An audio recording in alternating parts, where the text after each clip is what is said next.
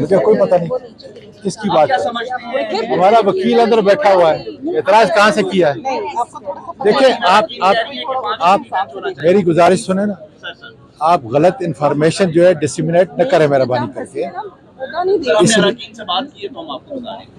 अब मैं तो कोर्ट से आ रहा हूँ ना, मैं 2 नंबर कोर्ट में था और उससे आ रहा हूँ, तो मुझे कोई इल्म नहीं ऐसा, इसलिए कि हमारे दोनों वकाला और एजी जो है जो हाई कोर्ट का है वो दोनों वहाँ पे अपना अपना मौक़िफ़ जो है दे रहे हैं और इंशाल्लाह ताला केस आज एडमिट होगा, क्योंकि जो पर्टिनेंट क्वेश्चन है वो बड़े ज़बरदस्त हैं कि क्या जो सीट बच जाएंगी पॉलिटिकल पार्टी को आर्टिकल 51 के मुताबिक वो दूसरों को अलाट हो सकती है कि नहीं। यही हमारा केस है कि वो नहीं हो सकती, और इंशाल्लाह ताला आप देखेंगे कि कानून की जो आर्टिकल 51 की इंटरप्रिटेशन है वो आइन की मैंडेट है, और आइन की मैंडेट के मुताबिक इंशाल्लाह फैसला होगा, और वो फैसला वही होगा जिस तरीके से हमारे फैसल सदीकी साहब ने कहा कि जिनको 4 सीटें मिलने, जिन्होंने टोटल 4 सीटें ली हैं,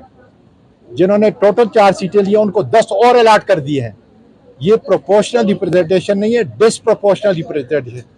इसलिए हम अपने ख़वातीन के हक़ के लिए पीटीआई की वो ख़वातीन जिन्होंने मुल्क और आइन की सरबलंदी के लिए, कानून की सरबलंदी के लिए अपने घरों को उजाड़ा, अपने बच्चों से अलहदे हुई, उन पर रेड्स और तशद्दुद किया गया,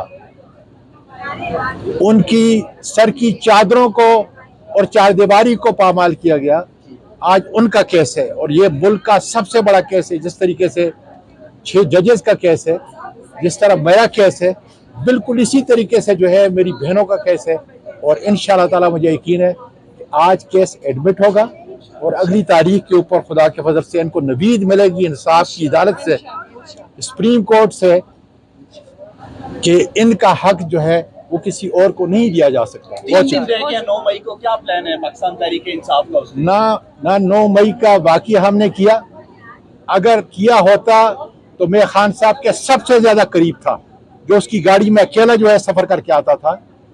हम 9 मई के जिन्होंने इस फाल्स फ्लैग ऑपरेशन किया है हम उसकी मजम्मत करते हैं, हम शुहदा के साथ हैं। कल भी मैं मानसरा में हमारा एक पुलिस शहीद हुआ, जाकर मैंने उसकी अजमत के लिए वहाँ सलाम पेश किया। फौज के वो शुहदा जिनके मुजस्समों की तौकीर नहीं की गई, हम उसकी मजम्मत करते हैं। शुहदा हमारी जान है। जिस तरीके से इमरान खान कहता है पाकिस्तान भी मेरा और फौज भी मेरी, इसलिए ये तासर देना कि 9 मई कहीं हमने रचाया है, 9 मई जिसने रचाया है यहाँ पर, उसके लिए आपका एक जुडिशल कमीशन, उस हाई कोर्ट के जज जो इस वक्त सर्विस के अंदर है, उस पर किया जाए।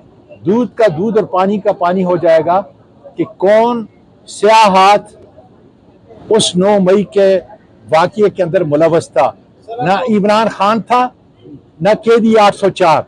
कैदी 804 मुल्क की अजमत की इलामत है, मिल्लत इस्लामिया की अजमत की इलामत है। आज देखें वो भी कानून की सरबलंदी के लिए सजा भुगत रहा है, उसकी काबिल कदर अहलिया भी और हमारे दूसरे आसारीन भी जगह जगह पे कैद हैं। इंशाल्लाह ताला उनके कैदी के बंधन भी टूटेंगे और इंशाल्लाह ताला वो अपनी इज्जत से अपने मुल्क की और मिल्लत इस्लामिया की क़यादत फिर दोबारा करेंगे। आप क्या ख्याल है कि मीडिया को नहीं पता किसने किया है? देखिए, मैं एक चीज बता रहा हूं आपको, मैं इस बात के नहीं शायद हूं कि मैं एक नहीं कई कोर कमांडरों के घरों पे गया जब मैं फेडरल मिनिस्टर था। आपको 7 मुख्तलिफ ऐसी जगहों से गुजरना पड़ता है जहां पर कई दर्जन आपके आर्मी के चाको चौबंद दस्ते वहां पे तैनात होते हैं।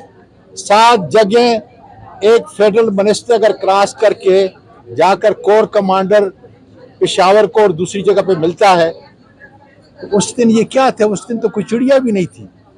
इसलिए हम ये कहते हैं कि इसकी तफ्तीश होनी चाहिए, इन्वेस्टिगेशन होनी चाहिए जुडिशल कमीशन के हिसाब से।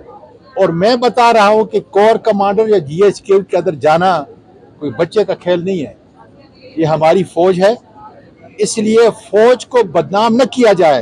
ये इतनी कमजोर फौज नहीं है कि चंद वो शरपसंद जिन्होंने 9 मई के अंदर उस घर के अंदर दाखिल होकर जो आतशदगी है जो भी की वो कर सकते थे, कतई नहीं कर सकते थे।